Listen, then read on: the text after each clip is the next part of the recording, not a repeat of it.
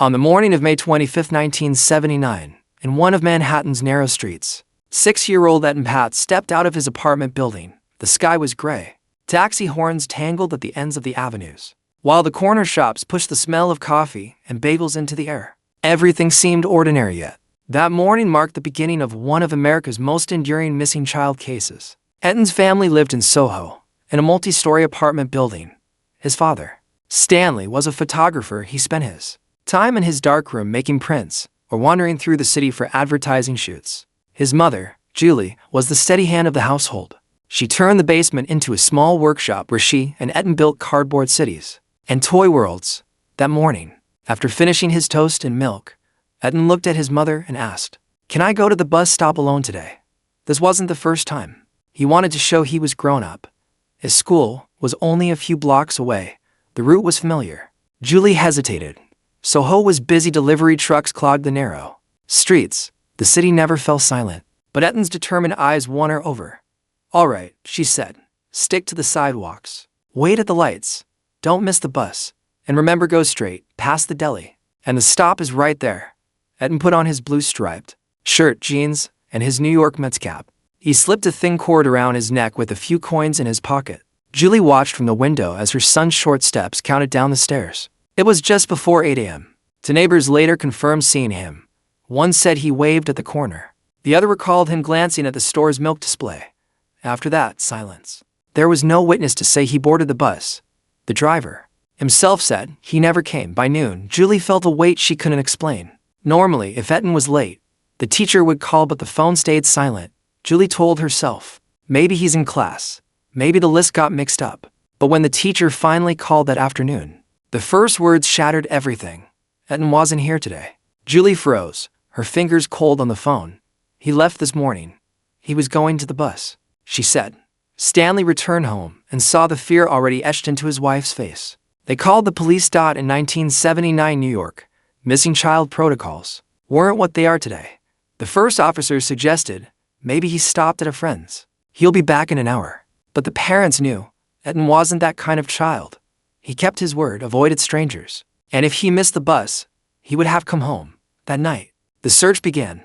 Neighbors checked stairwells, rooftops. The deli owner swore a small boy had paused at his window, but wasn't sure of the time. Phone booths were opened, basements checked, trash bins inspected. Nothing.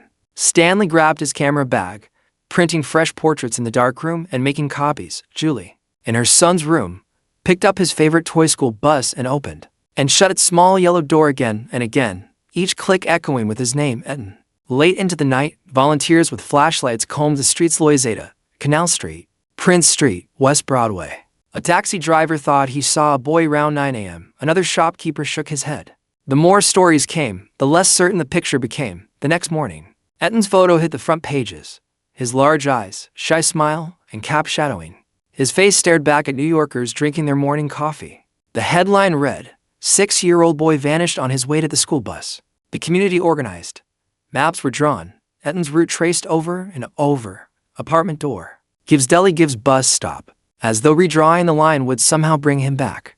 Police asked the routine questions. Any custody disputes? Has he run off before? Was a strange car seen? Every answer was no. Julie repeated, he was responsible. He wouldn't just wander. Stanley printed more posters, even speaking with a local dairy distributor about putting Etan's photo on milk cartons. A radical idea at the time. One that would later change how missing children were searched for nationwide. A tenant in the basement recalled a garbage truck coming earlier than usual. Investigators traced the route. Nothing unusual was found. A work crew digging near the bus stop was checked. All their permits were in order. Every lead flickered, then died. At the Patz home, the phone rang constantly. "I saw him here." A boy was on the subway. He was with a man at the park. Some were well-intentioned, others impossible. The police map filled with pins too. Many too scattered, pointing nowhere. A neighbor mentioned a blue panel van parked at the corner. Another said, "That van is always there." Ambiguity deepened. By the end of the first week, Julie remembered something. That morning, Etan had asked. The bus driver's name was Frank, right? She'd said yes, but sometimes the driver changed. Police interviewed all drivers and assistants. None had picked him up. At the stop across the street, investigators photographed what looked like a small footprint in the dust of a basement window. Ledge. It was measured, logged. but led nowhere. Julie swore she sometimes heard the sound of Etan's backpack zipper echoing in the stairwell, even when she knew it was only silence. Stanley insisted the only truth left is the photograph, and that photograph stared back at the city, posted on lampposts and bulletin boards, asking the same silent question: how can a child vanish in daylight, this close to home? The FBI joined the case. Etan's disappearance was already shaping discussions about missing children on a national scale. But for his parents, this wasn't history, it was minute-by-minute survival. Notebooks filled with names, addresses, sightings. Julie dreamed the same dream night after night, Etan turning the corner, waiting at the bus stop, a golden light surrounding him, then darkness. Stanley went on local TV, pleading, if you saw him, please call. Calls flooded in, but one stood out. A witness claimed they saw a man holding a small boy's hand at the corner that morning. No name, no photo, no proof, just memory. And memory can be both a blessing and a weak witness. The day after Etan's disappearance, the New York police file began to fill with suspicion and questions. The family was summoned to the police station from the early hours of the morning to give their statements. As Stanley and Julie sat, exhausted and sleep-deprived, the first question they faced was, who last saw Etan?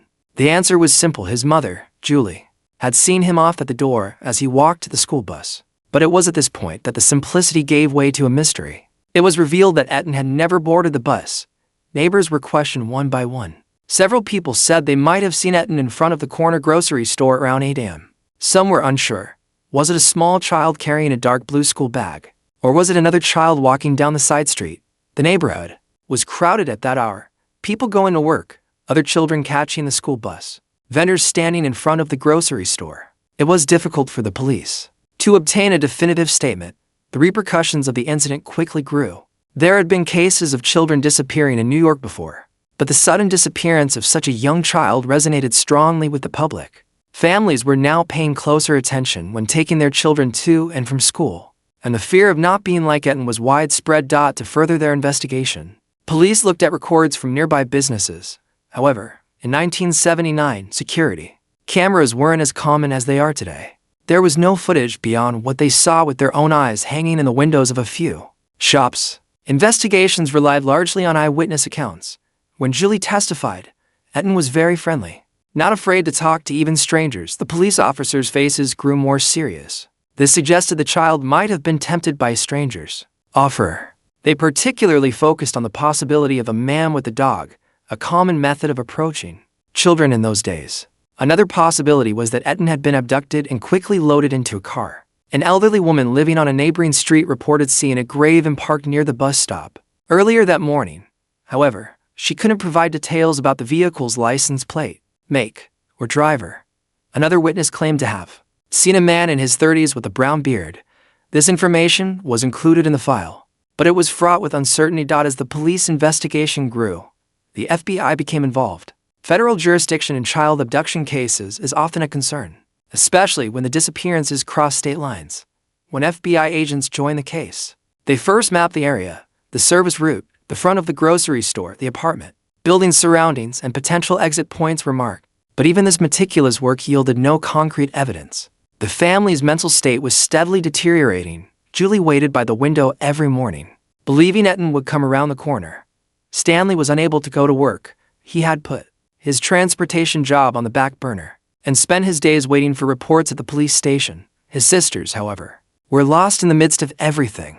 As all eyes were fixed on the one missing child, the press's attention further fueled the case. When the New York Times ran the headline, "Little Boy Missing in Soho," the case went from a family drama to a national issue.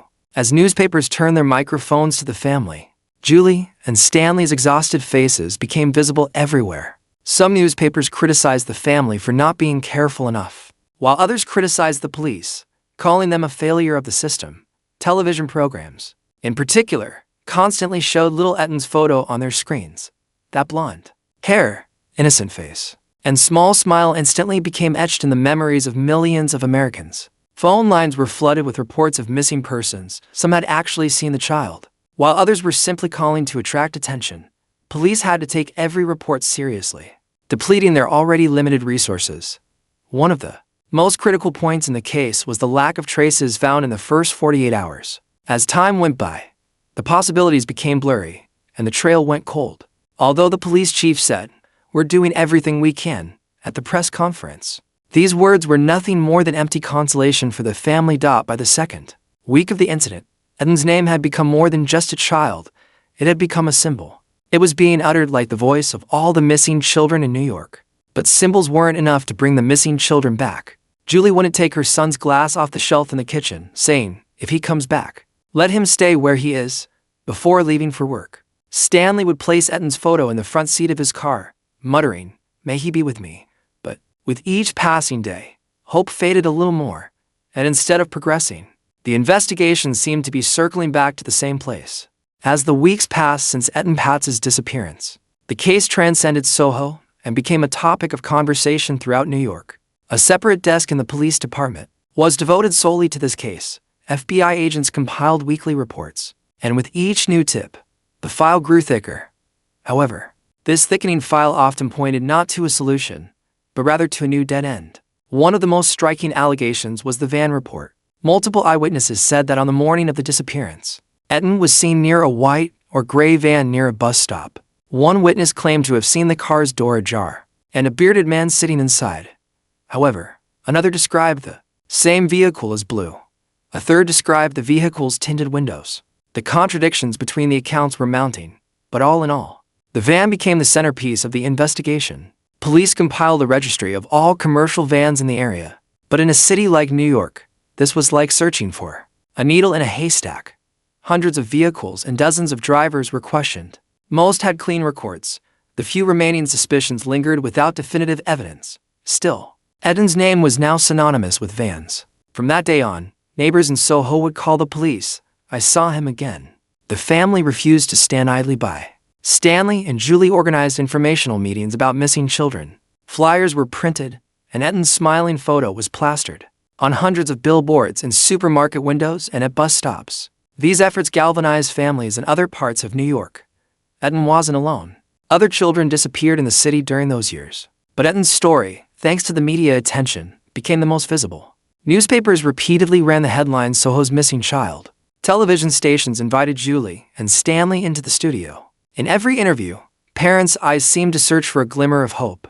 But they also agreed to these interviews because they thought, maybe someone will succumb to their conscience and say something. During this phase of the investigation, the police added several suspects to the file. Several people known to be prone to children were questioned. Some had criminal records, others did not.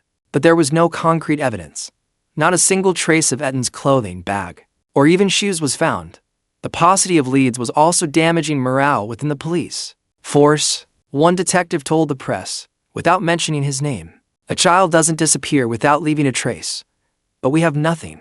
It's as if the city swallowed him whole." This statement resonated with the public. People felt how powerless they were to protect their children. During this period, time began to flow differently for Etan's family. Every morning, Julie would go into her son's room, organize his toys and make his bed. "I want everything to be in order when you come back," she would say. At night, Stanley would review the files, take notes, and rewrite the neighbors' statements in his own handwriting. "Something's been overlooked. There's an answer somewhere," he'd say. But that answer never emerged. The New York police and the FBI analyzed the case from different angles. One possibility was that Etan had been taken by someone he knew, because, as Julie had said, Etan was a trusting child. This possibility also raised suspicion among family, friends, and neighbors. Some interrogations were painful. People who had lived in the same apartment building for years began to view each other with suspicion. Trust in the neighborhood crumbled. The second possibility was that he had been abducted by a complete stranger. In this case, the city's crowdedness and chaos were the biggest obstacle. A child lost in a crowd is like a drop lost in the ocean. This possibility led police to expand their focus to nearby areas like New Jersey and Brooklyn. But no new leads emerged. The third possibility was the least talked about but the most feared. The involvement of an organized network. Dark rumors of child abductions circulated in the late 1970s. However, authorities were reluctant to publicly address this possibility. They didn't want to create public panic. Weeks turned into months. Searches, reports, interrogations, all came to nothing. One by one, Etan's face faded from the newspapers, rain-beaten posters. But nothing faded from his family's memory. Julie's eyes held the same hope. He'll show up one day. However, the public had a different impact. Etan's disappearance sparked discussions about child safety. New programs were launched in schools to teach children not to talk to strangers. The media frequently covered the concept of stranger danger. Etan's name became a symbol of this change. And at the end of it all, the case remained unanswered. The panel vans still hadn't been found. The suspects still hadn't been identified. The FBI reports contained pages of theories, but not a single shred of evidence. But for the family, there was only one truth. Ethan was gone, and that absence grew worse by the day. A few days had passed since Etan's disappearance, and the New York crowds now knew this little boy's face. Bankers heading to work in the morning, students leaving the subway in the evening, housewives buying bread at the grocery store. Everyone had encountered Etan's photo at some point. Newsstands had headlines in huge fonts reading "Missed at 6." Posters hung from lampposts to apartment doors. Among the countless faces lost in the city's chaos, Etan's smile had become something that stopped everyone in their tracks. Julie spent her days glued to her phone. Initially, she received a few calls, but now she was receiving hundreds. "I saw him in the Bronx. He went into a store in Queens. I took the same bus as your child." Every call opened with hope, but most turned to disappointment within seconds. Some were joking, others deliberately misinformed. Julie's hands trembled, and every address, every hour, every name she wrote in her notebook sparked new hope. But by evening, no spark had turned into a fire. The police were coming under increasing pressure. Finding a missing child in a city like New York was even more difficult than finding a needle in a haystack. However, because the case was so heavily media-focused, everyone from the chief of police to the most junior patrol officer was watching. The police department was forced to request support from the FBI. This was an unusual step for the time, as Etan's case hadn't yet been subject to a federal investigation.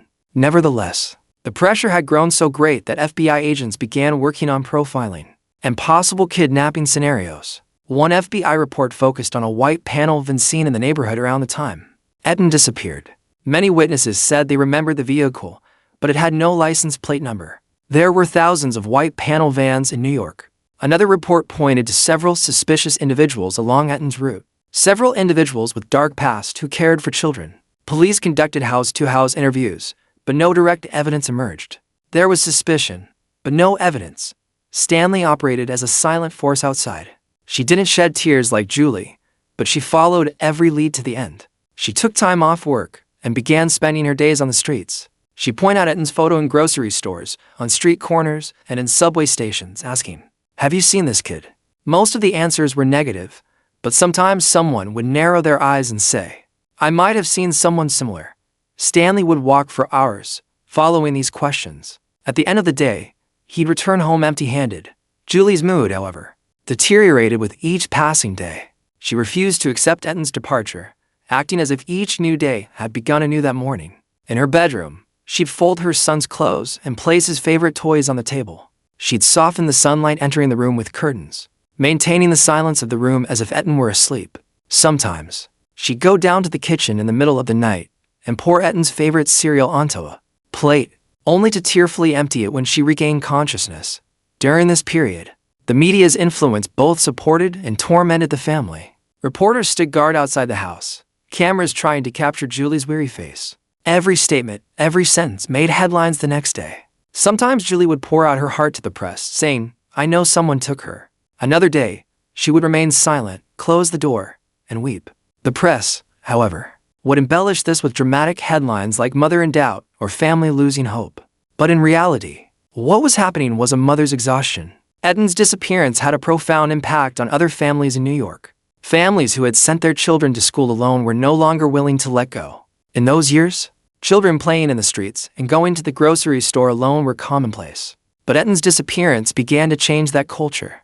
Parents were driven by the fear, "It could happen to us." Etan's face became not just a missing persons report, but a warning sign: no child is safe. As the weeks passed, the case entered a new phase. Police questioned some construction workers working in the area on the morning Etan disappeared. One of them claimed to have seen a child resembling Etan holding an adult's hand. There was no expression of fear on the child's face, but that didn't mean he was leaving of his own free will. The eyewitness account was promising, but again, there was no evidence. Photographic identifications were inconclusive. Another door had opened, then closed. For Julie, every day had become the same cycle: phone calls, hope, disappointment, For Stanley, the streets, billboards, interrogations. For the police, files, reports, dead ends. And in the New York crowds, Etan's small face was everywhere, but his real face remained missing. And amidst all this chaos, a question grew increasingly pressing. If Etan had been taken by a stranger, why hadn't anyone seen him? If he'd gone with someone he knew, who was that person? More questions than answers were growing, and the case remained as unsolved as the first day. The weeks following Etan's disappearance flowed by the pulse, not the calendar. Days began with the question, any new leads, and ended with the phrase, nothing again. As the file thickened, its certainties thinned. In the corridors of the police station, a child's photograph weighed as much as a city. At this stage of the investigation, two things became apparent: the deterioration of testimony over time and the way the city's rhythms swallowed the evidence. Those who had said "I'm sure" on the first day had begun saying "I think so" by the third week. And by the fifth, they had reached the point of "I might have mixed it up." New York faces were like shadows blending together. What you thought you saw in the morning melted into another image by evening. Etan's blonde hair, his navy bag, his small steps now sprinkled with hundreds of memories. On the investigation table, a list of identifying elements was drawn up: clothing, bag, height, hair color, route taken, time. Each item was meant to preserve the integrity of the next, but the longer the list grew, the further the truth receded. The police expanded the neighborhood boundaries from Soho west, south, north. Then they scoured subway lines, bus routes, and shuttle stops. One station attendant described a child held by the hand in the morning. Another described a child waiting alone at the same hour. The two accounts were inconsistent, but both harbored the same potential for grief. A transformation also occurred on the family front. In the early days when the media arrived at her door, Julie answered every question because she wanted to believe that every sentence could reach her son. Now she was more selective. She was tired enough to tell the reporter who suggested, "Let's reuse Etan's last photo. I don't want to confine him like this." And insistent enough to ask, "If his voice is on tape, can I hear it?" Stanley, however, tightened his system. He enlarged the neighborhood map and hung it on the wall. He marked witness statements with pins. When new information came in, he carefully removed the pin and moved it a square away. In a sense, he had established his own police station, and he was its sole patrolman. The investigation constantly veered around the question of familiar person or stranger. If he were familiar, it would be understandable that Etan would have accompanied him without hesitation. However, a search of the acquaintance's surroundings revealed no concrete trace. If he were a stranger, how could that stranger have taken the child away unnoticed on a traffic-filled street so early in the morning? To resolve this dilemma, the police launched a profiling campaign. Someone who had a legitimate reason to be on the way to school in the morning, whose presence in the area wouldn't be considered odd, but who could approach the children and instill trust. This profile was plausible on paper. In the field, it corresponded to hundreds of people. During this process, civic support networks stepped in. Neighborhood shopkeepers placed Etan's photo in their storefronts. Teachers gave lectures in classrooms about not talking to strangers. Family associations formed volunteer chains to print and distribute missing children's flyers. An idea began to circulate, first in whispers, then louder. Photographs of missing children should become part of everyday life. A few months later, photos of missing children would begin appearing on milk cartons on supermarket shelves. Etan's face would become one of the most recognizable on those cartons. This simple yet powerful method would leave a small question on millions of kitchen tables. See? Let's return to the police file. The allegation of a white panel van was rehashed over and over. The make, model, the possible logo on the door. Every detail was transformed into a separate drawing. Then, several people in the neighborhood known to have a propensity for approaching children were examined. Names came to the table one by one. Some had past records, some didn't. Each interrogation hit the same wall. No direct evidence connecting that morning. Those minutes, or Etan. Occasionally, a face would say, "I think I know him," and another would say, "I used to see him here sometimes." But the testimony transcripts hung in the air when placed next to the evidence folder. Micromemorabilia around the family also entered the file. One neighbor recounted that Etan had recently said, "When I grow up, I'll go to school by myself." And that day was his first attempt at that promise. Another said that Etan liked to take a detour just to touch the grocer's dog. Such details could create tiny deviations along a route to minutes in front of a door. 3 minutes on a corner, a glimpse of the grocery store. Innocent delays for a child. Windows of opportunity for a stranger.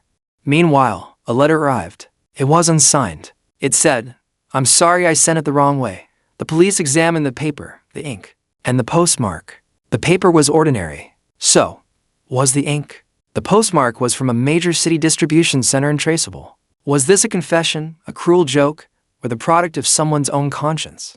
Julie held the letter in her hand, feeling its weight. If it's true, someone actually manipulated him. Stanley put the letter away in his file, but couldn't quite grasp it. Sometimes a single line can make as much noise as hundreds of official reports. The investigation extended to another area: businesses and couriers. Delivery trucks passing through the neighborhood in the morning, courier routes, bakery services. Driver rosters were requested, shift schedules were compared. One driver said he hadn't seen any unusual crowds on the street that morning. Another said a little boy was walking, but he wasn't looking around much. This expression matched Etan's calm gaze in the photo, a child walking as if counting his steps, intent on his own little world. And another twist: the school bus driver officially declared that he hadn't seen Etan that morning. The time the bus pulled up to the bus stop was compared with witness testimony. Even a minute or two of delay reinforced the conclusion that this child never arrived at the bus stop. This was in the heart of the city, at the most visible hour of the morning, on one of the most open streets. A child had vanished before reaching the bus stop. Statistics clashed with reason. Probability challenged reality. As the year turned, a new chapter opened in the case: psychological mapping. Experts from the FBI marked the shooting points of the crime scene: the playground, the corner of the shop, the conspicuous display window, the waiting pockets on the corner. Then, they wrote down the approach scenarios that could fit inside this pocket: a lost kitten, asking for the wrong address, having a package delivered, the lie that your mother is calling. These scenarios suggested that children were approached with the same stock phrases. In many parts of the world, could Etan's learned kindness, "one should help grown-ups," have left him vulnerable? One afternoon, Julie took out a small notebook. She wrote down the things Etan loved: striped t-shirts, small cars, a peanut butter sandwich. The color yellow, the third page of his favorite storybook. If someone ever finds him, she thought, he might need to be confirmed by these little things. A mother's mind sometimes wants to affirm what the world can't by clinging to small details. In Julie's hands, that notebook became a kind of prayer book. And then, for a time, the city's voices were silenced. A benefit concert was held. Volunteers dispersed to the streets. New posters were printed. Etan's face, the same smile, the same intent eyes, was plastered on the walls again. How long can a photograph carry the conscience of a city? The first months loudly, the next months in a hushed whisper, the years in an occasional echoing note. But it shouldn't have been completely silenced. If there's no evidence, habit acts as evidence. Julie listens at the door again every morning. Stanley repeats the route every evening. The police read the same names again every week. And in the daylight, among thousands of steps, the trace of one small step never becomes clear. As the search stretched over weeks, time became a completely different schedule for the Patz family. Every morning began with the question, will there be a trace today? And every night ended with the same question unanswered. As the case thickened, the possibilities multiplied, not the answers. In Soho, Etan's name was no longer merely a missing persons report, but a missing person spoken of loudly, not in whispers on street corners. The NYPD took the investigation to a new phase. The neighborhood was divided square by square. Grocery stores, loading docks, service entrances, and basement stairwells were checked one by one. The school bus route and the line Etan was expected to walk were reconstructed by matching them with those morning minutes. Garbage transfer stations were notified. Container movements for the week were backdated. Sewer grates were opened. The distances the current could carry were calculated. Etan's photograph was provided to mail carriers, courier companies, bakery and milk delivery trucks. You're driving down the same street at the same time. Your eyes are used to it. If you remember this face, call me, they were told. At headquarters, there was a map of pins in different colors, sightings, conflicting times, not sure, but notes. A single pin didn't matter. But if there was a repeating pattern in the crowd, detectives had to pick it up. Still, the pattern would dissipate like a cloud with each approach, shifting to another pin a few days later. One witness's description of a white panel van was marked in red in the file. It dominated the focus for days, even months. The make was questioned. A search was conducted to see if there was any writing on the door. But the vehicle was never found, nor was the driver ever found. Some detectives suggested it might be a trick of memory. Others insisted this could be the only link in the chain. The statement remained, but no evidence was forthcoming. The family added their own system to the official search. A call center was set up with volunteers. Neighbors, sitting by the phones, recorded every "I saw him" their sentence in a notebook, along with the date, time, location, trinity. Julie meticulously sorted each incoming report. He crossed the road, he spoke, he got in and left. 3 columns. Every note in the spoken column made her heart race. But most were false matches, dismissed after a few hours of cross-checking. Meanwhile, a letter arrived. The photo inside the envelope was of a child taken at a playground in a distant state. At first glance, it looked similar. At second glance, it didn't. A false alarm stamp. A mother's breath was short again. The investigation was also hitting its technical limits. In 1979 New York, security cameras weren't as common as they are today. Tape management was spotty. Many businesses had no records. Fingerprint and trace collection protocols hadn't yet been standardized for missing child cases. One detective noted in the internal report, "This case also shapes procedure." That's precisely why Etan's face soon entered millions of kitchens. Photos of missing children began appearing on milk cartons. A simple idea, a huge factor. A face meant a million more witnesses at breakfast. The neighborhood developed its own reflexes. Schools instituted the walk in pairs rule. Notices were posted in homes saying, "Don't talk to strangers at the door." Whistles given to children were distributed like security charms. But all these new habits didn't dim the Patz family's nightly light. Stanley, looking at the map on his wall, kept repeating the same phrase. The lines of that morning haven't changed.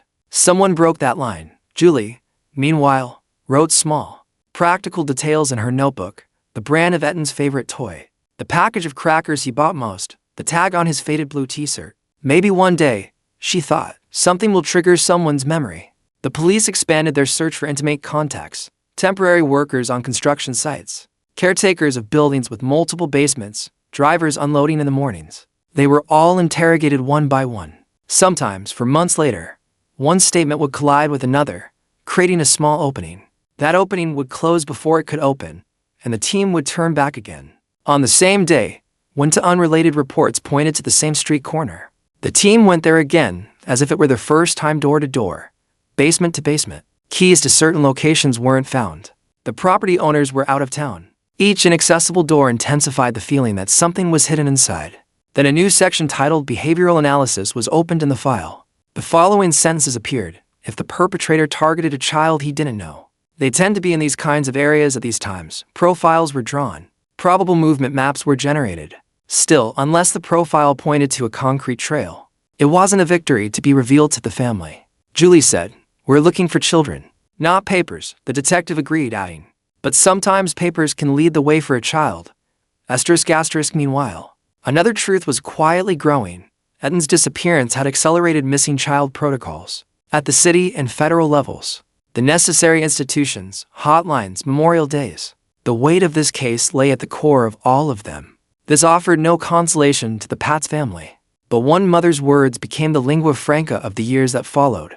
"My child may not come back, but someone else's may."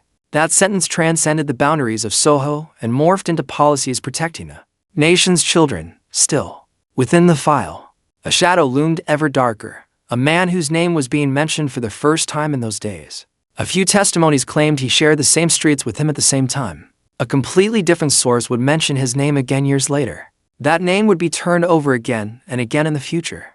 Amidst the debates over whether it was a confession, a contradiction, or a deviation. But in these months of 1979, it was merely a small footnote penciled in the corner, faint but persistent. As the case grew heavier, the investigation delved into increasingly murky waters. Weeks had passed since Etan's disappearance, but no conclusion had been reached. How quickly can a child be forgotten?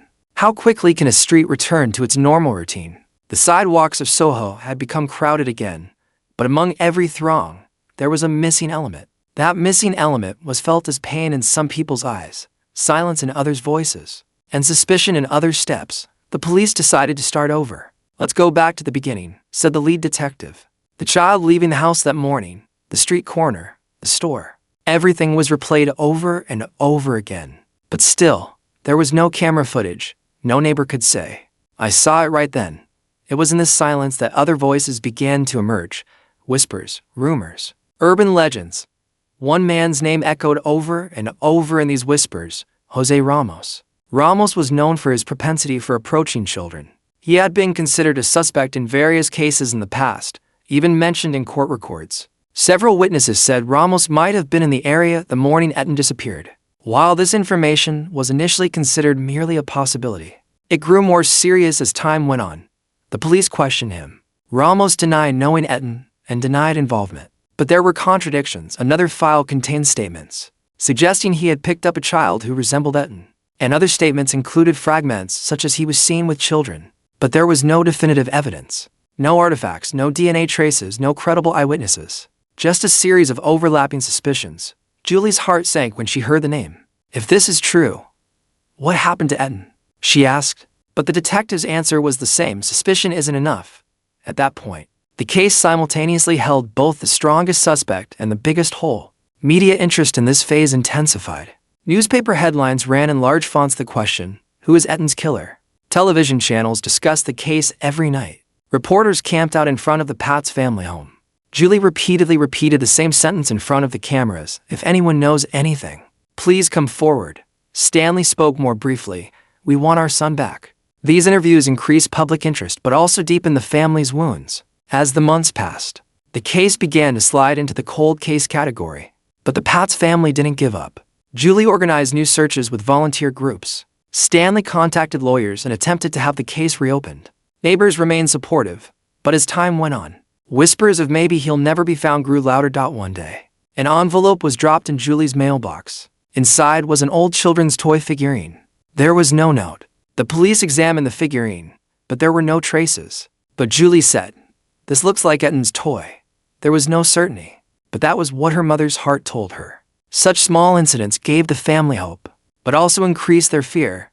If someone was actually playing, why? At this stage, new detectives were assigned to the case. They followed the same path, Ramos's tracks, eyewitness testimony, a morning walk in Soho. But the picture always remained the same. It was like circling the edge of a cliff. You look down, there's depth, but you can't see the bottom. Meanwhile, public pressure further highlighted the symbolic nature of the case. Etan Patz was no longer just a missing child. He had become the symbol of the missing children crisis of that era. Photographs of missing children began to be printed on milk cartons across the U.S., and Etan was the pioneer of this practice. Millions of people sitting at breakfast tables every morning were confronted with the faces of missing children. This marked the beginning of a new era in public memory. But for Julie, it held only one meaning. My son still hasn't been found. The family encountered different theories every day. Some claimed Etan was a victim of organ trafficking, others that he had been trafficked to a foreign country, and still others that he was still alive and being raised in secret. None of these could be confirmed. Each theory only opened a new wound. Etan's disappearance was no longer just a family drama. It had become a national issue affecting all of America. By the mid-1980s, the media kept the case constantly in the spotlight thanks to the growing awareness of missing children. But despite the passing of the years, there was still no definitive lead.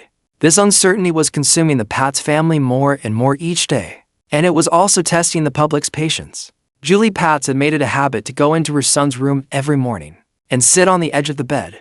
The room's layout hadn't changed in years. Etan's favorite toy truck, his drawings hanging on the wall, and the small blue lamp on the nightstand remained. If he comes back, Julie would say. Stanley, however, could less endure the evocative power of this room. He often sat in the kitchen, poring over file folders, taking notes, and marking calendars. During this period, Jose Ramos was again at the center of the investigation.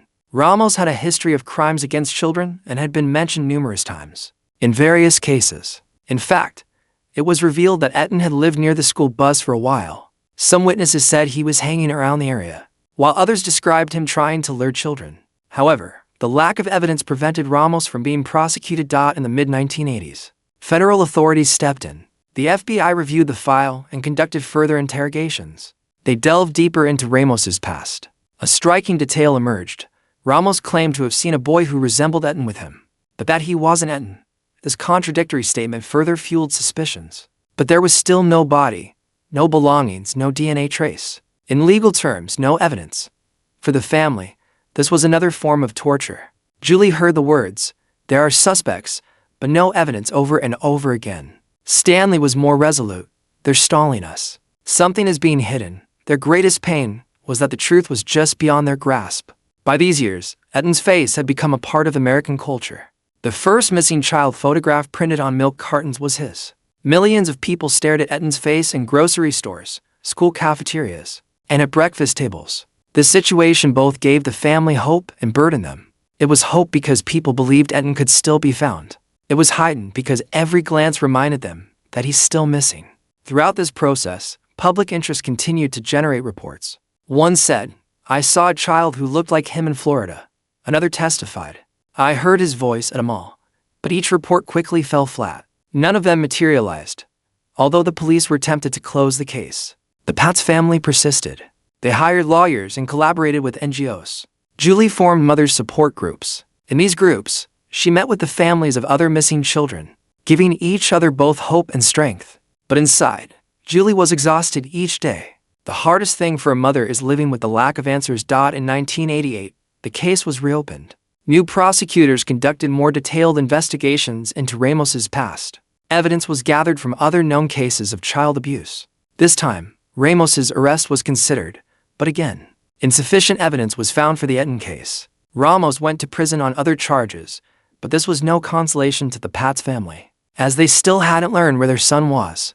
During this phase, a small but significant development took place that changed the course of the investigation. Years later, a postman working in the area around the time Etan disappeared gave a statement to police. "I saw something unusual there that day," he said. But memory tends to blur over time. The postman's account raised new questions rather than providing a clear clue. Julie and Stanley tried to keep hope alive, but the truth was, years passed, and Etan still hadn't returned. Julie would sometimes stand in the kitchen, asking herself, "Is he alive? Has he suffered? Where is he now?" Stanley, however, was even angrier. "Someone knows, and they're keeping quiet." By the 2010s, the Etan Patz case had become a symbol of both the American justice system and public memory. The nightmare that began in 1979 remained unresolved after more than 30 years. Each new prosecutor, each new police chief took over the case. The family opened their doors once again, hoping maybe this time. But the result was always the same: disappointment. In the spring of 2012, the New York City police made a sudden announcement. An excavation would be carried out in the basement of an old building in Soho. The reason was to reevaluate a tip received years earlier. Police entered with excavators, the floor was dug up, and samples were taken from the ground. The media was there for days, live broadcasters, cameras, reporters, everyone waiting to hear. Have Etan's remains been found? But the days-long search still yielded no results. Not a bone, not a single object. Again, emptiness. For the Patz family, it was a familiar disappointment. But there was a difference this time. The world press was outside their home. Then a completely different name emerged: Pedro Hernandez, a middle-aged man living in New Jersey, who confessed to killing Etan in the basement of a shop where he worked years ago. On the day of Etan's disappearance, Hernandez spoke first to his family at a religious gathering, then to the police. In his confession, he claimed to have seen Etan on his way to school, called him inside, and then strangled him to death. He claimed to have placed the body in a garbage bag and dumped it.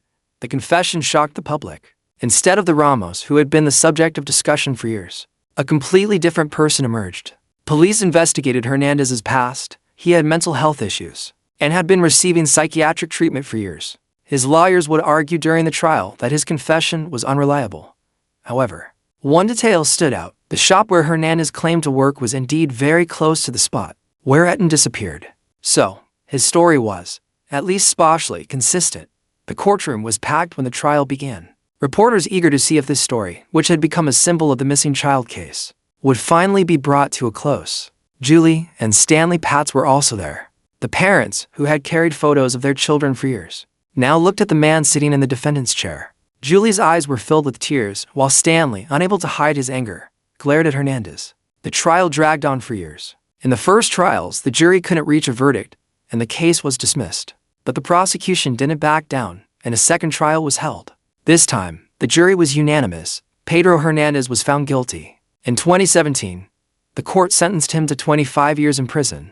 The judge announced his decision, saying, "Today, we witnessed the end of a long nightmare." But was this truly closure? It wasn't for the family, because there was still no Etan's body. No body had been found, no DNA evidence had been found, and no belongings had been recovered. The entire case hinged on Hernandez's confession.